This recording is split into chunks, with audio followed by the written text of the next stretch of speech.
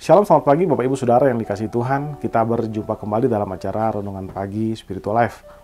Pagi hari ini kita akan kembali melanjutkan pembacaan Alkitab kita, yang hari ini terambil dari 2 Korintus pasal 4 ayat 1 sampai ayatnya ke-15. Judul perikop itu adalah Harta Rohani dalam Bejana Tanah. Saya akan membacakan bagian firman Tuhan ini bagi Bapak Ibu Saudara sekalian. Oleh karena kemurahan Allah, kami telah menerima pelayanan ini. Karena itu kami tidak tawar hati, tetapi kami menolak segala perbuatan tersembunyi yang memalukan. Kami tidak berlaku licik dan tidak memalsukan firman Allah. Sebaliknya, kami menyatakan kebenaran, dan dengan demikian kami menyerahkan diri kami untuk dipertimbangkan oleh semua orang di hadapan Allah. Jika Injil yang kami beritakan masih tertutup juga, maka ia tertutup untuk mereka yang akan binasa, yaitu orang-orang yang tidak percaya, yang pikirannya telah dibutakan oleh ilah zaman ini, sehingga mereka tidak melihat cahaya Injil tentang kemuliaan Kristus yang adalah gambaran Allah. Sebab bukan diri kami yang telah kami beritakan, tetapi Yesus Kristus sebagai Tuhan, dan diri kami sebagai hamba-Mu karena kehendak Yesus. Sebab Allah yang telah berfirman, dari dalam gelap akan terbit terang.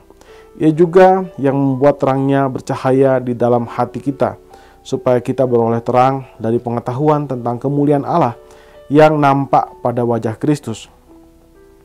Tetapi harta ini kami punyai dalam bejana tanah liat, supaya nyata bahwa kekuatan yang melimpah-limpah itu berasal dari Allah, bukan dari diri kami. Dalam segala hal kami ditindas, namun tidak terjepit. Kami habis akal, namun tidak putus asa. Kami dianiaya, namun tidak ditinggalkan sendirian. Kami dihempaskan, namun tidak binasa. Kami senantiasa membawa kematian Yesus dalam tubuh kami, supaya kehidupan Yesus juga menjadi nyata di dalam tubuh kami.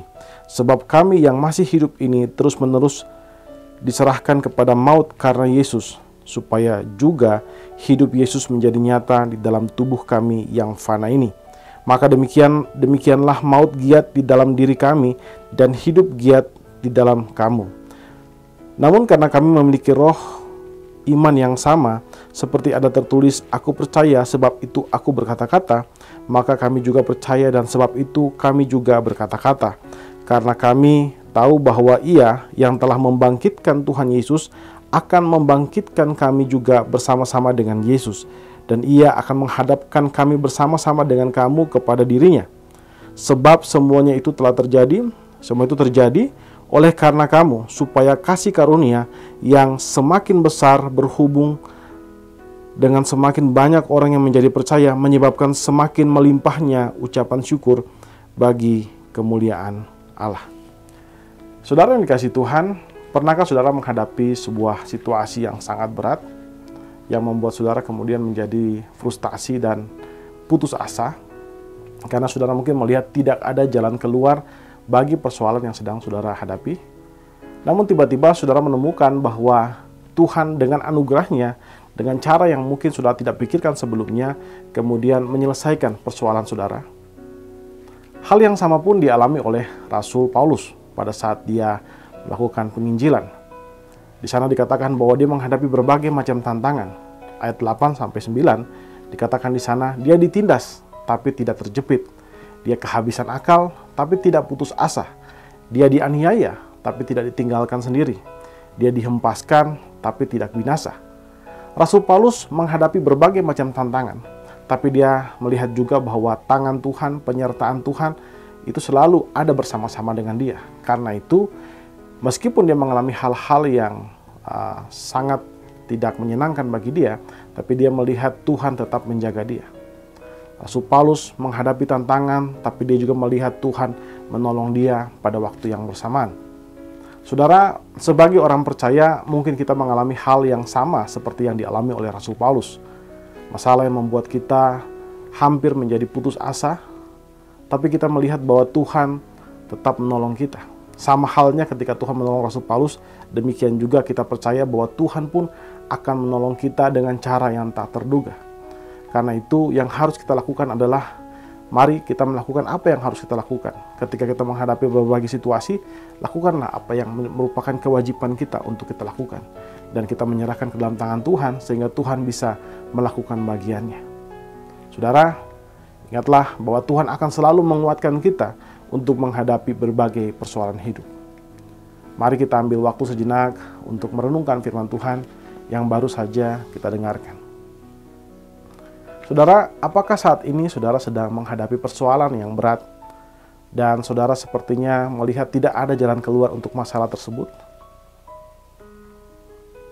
Marilah kita mengambil waktu sejenak untuk berdoa kepada Bapa agar Ia memberikan kekuatan kepada saudara melalui Roh Kudus, agar saudara dapat menyelesaikan persoalan yang sedang saudara hadapi, dan biarlah Allah dengan cara yang tak terduga itu bekerja untuk menyelesaikan apa yang sedang saudara hadapi.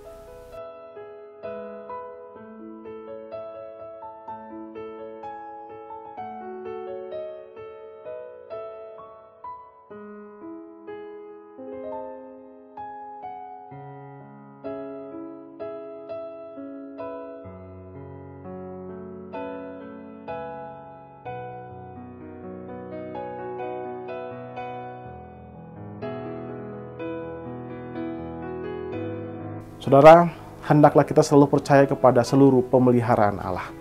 Mari kita berdoa.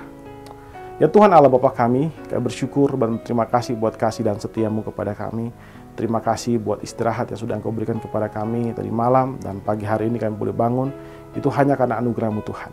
Dan kami juga bersyukur jika pagi hari ini sebelum kami menjalani kehidupan ini, Engkau telah memberikan kepada kami sebuah harapan bagi kami bahwa Engkau akan bekerja di jalan-jalan-Mu Tuhan untuk menyelesaikan semua tantangan hidup yang akan kami hadapi Tuhan Yesus.